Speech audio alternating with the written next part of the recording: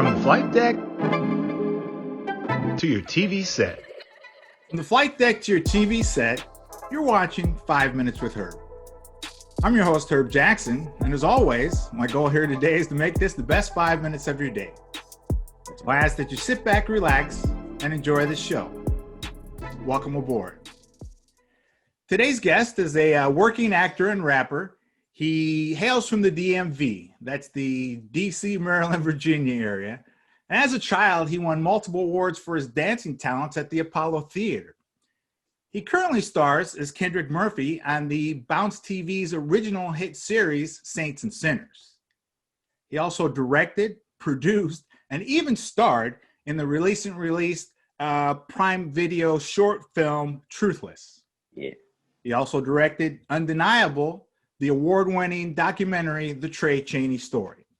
Mm-hmm. And of course, he played my man, Malik Poot Carter, and lasted all 5 seasons in what I consider the greatest show ever created in television, The Wire. Yeah. Without further ado, let's welcome aboard my man, Tray Chaney. Man, thank you, Herb Jackson, man. You know, this is amazing, man. That was a great introduction. I'm honored to be on here, man. Well, thank you, sir. I'm so glad to have you. You know, one of my favorites, been watching obviously for a long time, so I really appreciate you taking a few minutes to hang out with me here today. Yeah, no problem, man. Thank you.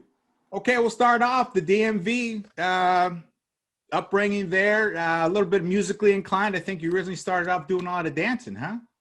Yeah, it started off as a R&B hip-hop dancer, hip-hop artist at the age of 8 years old.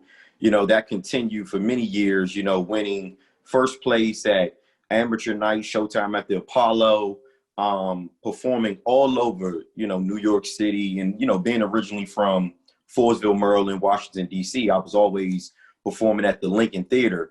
And like I said, you know, the dancing and hip hop continued for, I want to say, over 10 years, maybe from 8 years old to 18. And I remember my last performance as a dancer back then was at the Lincoln Theater, where I was discovered by Linda Townsend. And Linda Townsend, for those of you all who may not know, she's a talent agent out there in DMV, but she only specialized in, you know, working with actors. So, you know, I guess for me, she said she could tell that I wasn't stage fright, and she wanted to represent me as an actor, and she think it would be something that, you know, I should give a shot, you know. And me just being in entertainment so long, it been in this business, you know, for a number of years, over 25 years, I knew acting was something that I wanted to do.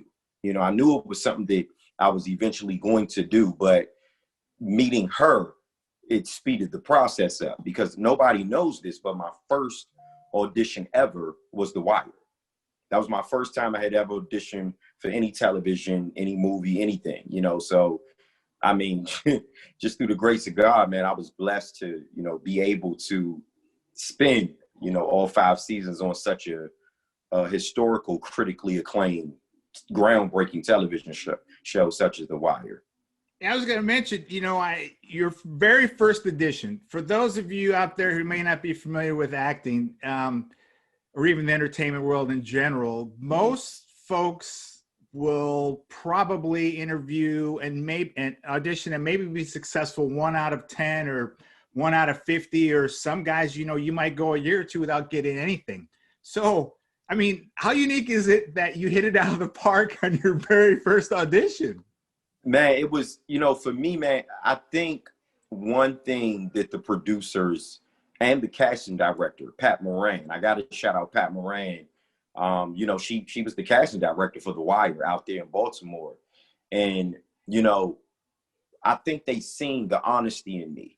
They understood that I was being honest and I was being truthful with the character. And I had literally told them, I said, you know, this is my first time ever doing this. You know, I think me being honest and being real with them is what really drew them to who I was on a personal level. You know, so I was blessed for them to be able to connect with who Tray Chaney was. And I originally auditioned for Weebay.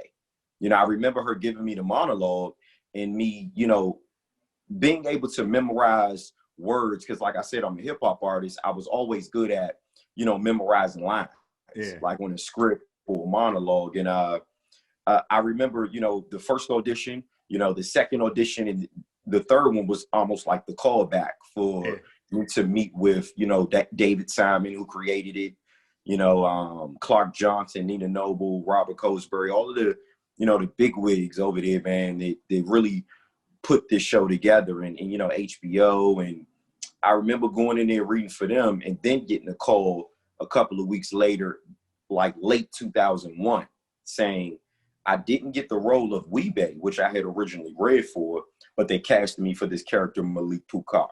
And I was only supposed to do the first episode in the first season. That's Only it? supposed to do the first episode in the first season. But as the time went on, as the days, the weeks, the years, the seasons, they end up, you know, the Malik Pukar ended up being a huge recurring character. And to be sitting up here speaking to you about lasting all 5 seasons, you know, I'm like, man, we're talking about 19 years later.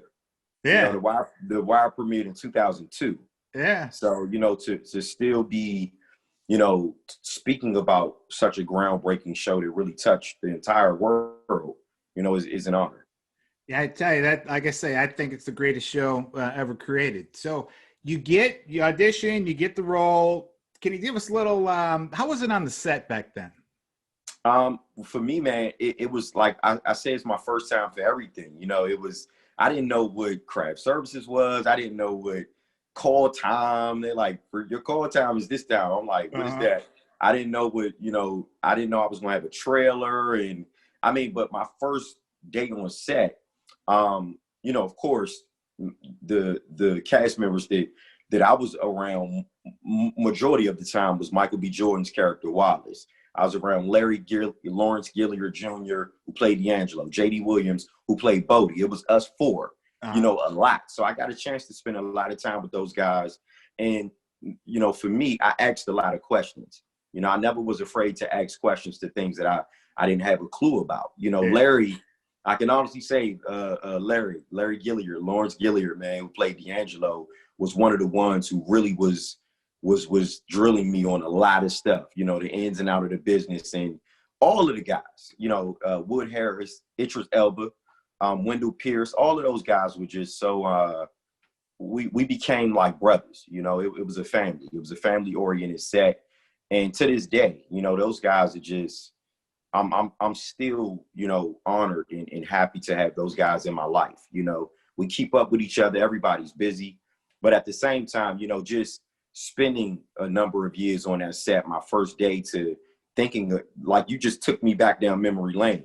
You know, that was a real true experience. I learned so much, you know, not just about being an actor, but what producers did. With you know, the executives that came on, the script supervisors, the gaffers, the lighting crew. And I mean, it was so much to learn. And I was just I was blessed to be, you know, not only just on set as an actor, but I was a student. It was like I was a student. Yeah. You know, it felt like I was in class, man, just learning all the ins and outs. And to this day, I'll never forget it. I just appreciate, you know, what I was able to go through. You got to learn from the best. I mean, that's an unbelievable, you know, platform or whatever environment to learn from. Yeah. So your character in The Wire, Poot, has a, you know, really good relationship with Bodie, who happens to be J.D. Williams. So we fast forward now to Saints and Sinners, where your character, Kendrick Murphy and Jabari, while they have a relationship, it's a little bit different. Can you describe the differences in those two characters, Poot and Kendrick? Well, Poot was more of a low level drug dealer who I consider a follower. You know, he was the guy following behind, you know, the Barksdale crew, whereas Kendrick Murphy is this young man who's been going through so much, you know, during the first 4 seasons of Saints and Sinners, just, you know, trying to develop a great relationship with his family, in and out of jail, you know, just being caught up with the wrong crowd. So he's trying to, you know, find his own identity. And man, I gotta really thank and shout out Bounce TV and Swirl Films and George Pierre Casting for you know, giving me that opportunity. George Pierre actually called me in 2015. He said, I want to offer you this role. And I didn't even know, what the show was about, because of course they were like towards the end of the first season. But that's when Kendrick Murphy was introduced as the son of Vanessa Bell Calloway, who plays Lady Ella, and Clifton Powell, who plays Rex Fisher. So, I mean, just legendary actors and actresses like Clifton Powell, Vanessa Bell Calloway, just having, I call it positive pressure, having that positive pressure on me I got to get on set and really do my job, because I'm in scenes with these legends in the game. Oh, yeah. So just, man, that experience, it's almost like God was just setting me up on this path. He was setting me up on this path. And now we're talking, the 5th season is on the way of Saints and Sinners this spring. And I just finished the Saints and Sinners movie. It's a movie coming out as well. Y'all gonna get the movie and you're gonna get season 5. So I'm like, wow, this is, I'm really, man, overjoyed at what's been going on in my career up to this point, and with so much more to come. And you're gonna get some juicy storylines on Saints and Sinners. I got to give it up to Nigel Campbell, our showrunner, writer, and Courtney Miller, our director. I mean, it's the whole crew, man. We're giving you, we're going to bring some heat this season. So I got to say, I had no idea that there was going to be a Saints and Sinners movie. Oh, yeah. It's coming. They just announced that, or? Well, no, it was announced in a press release a couple of months ago. But the Saints and Sinners movie and Saints and Sinners season 5, man, Herb, I'm telling you, this thing going to be crazy. I'm looking forward to season 5. You're going to love it. You're going to love it. I'm telling you.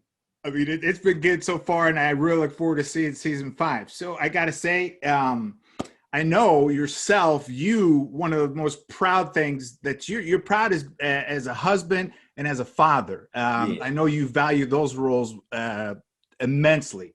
So I got to ask, can you tell us a little bit about Dedicated Fathers? Yeah, man, Dedicated Father. First of all, I got to shout out my wife, Aisha Chaney. We've been married for 16 years, 2 amazing kids. My son, Malachi, is 14. Our daughter is 27, going on 28, man. And we have a granddaughter. Congratulations. Thank you, man. She just turned 9 months yesterday. So like you said in the beginning, family is priority. Family is definitely in the front of everything. I look at the entertainment business as a huge bonus. That's what it is. But, we all know how this entertainment business can go. But I know when things go left, I do have my wife, I have my kids, I have my granddaughter, and I have my whole entire family. So that means more to me than anything. And Dedicated Father was created because in hip hop music, I didn't really see too many artists speaking about, their fathers. Or when you think about African-American men, you think about the negative images that you see when it comes to, African-American fathers. And I just wanted to, give my point of view, my story of, how my father was in my life. My grandfather was in my life. I'm in my son's life. And I wanted to paint this picture with, writing the song Dedicated Father, showing 4 generations. And, rest in peace to my grandfather, who passed away in 2016. But I was able to get him in the video. That's good. I was able to get my grandfather, my dad, my son, along myself, show 4 generations. BT, MTV, Revolt, all these networks started picking up the video. Then I created the line, Dedicated Father, the t-shirt line. And it's a brand. It's a brand that'll never, die, because for me, this is who I am. I'm giving people, who the real TrayChaney is, as far as being, a dedicated father, dedicated husband, and that's what it's all about.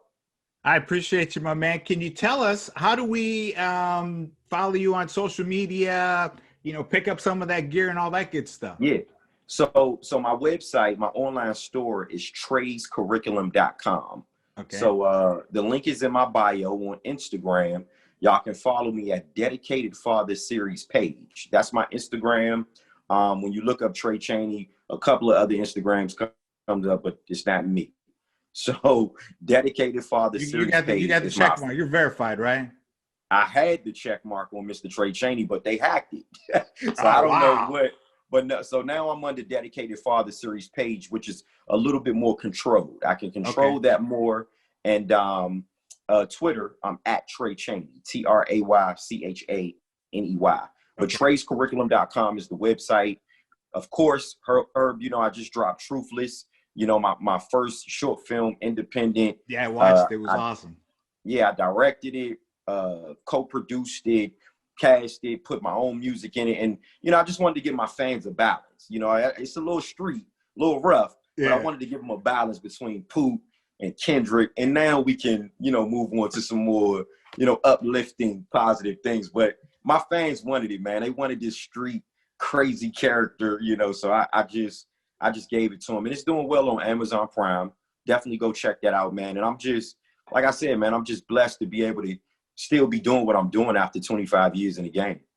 My man, thank you so much for joining me here today. It's been a pleasure. I mean, I just sit here and usually I talk a little more, but I've just been in here soaking everything up from you, man. It's been freaking awesome. Yeah, thank you, Herb. I appreciate it. So before I let you go, I got to get you into the lightning round. Just a few little quick questions here, get your reactions and see how things are going. Would you rather be recognized for your musical talents by winning a Grammy or your acting talents by winning an Emmy? My acting talents by winning an Emmy. You and I are walking down a dark alley, and as we turn the corner, which one of these two people do we not want to run into? Omar Little or Omar Green? I don't want to run into Omar Little. Yeah, I mean, Omar Green is new. That's the new guy. But Omar Little, I don't want to run into that guy. I don't want to run into him. If anything, Omar Little and Omar Green need to collaborate on taking some of these cats down to the street. You know? All right. I hear you.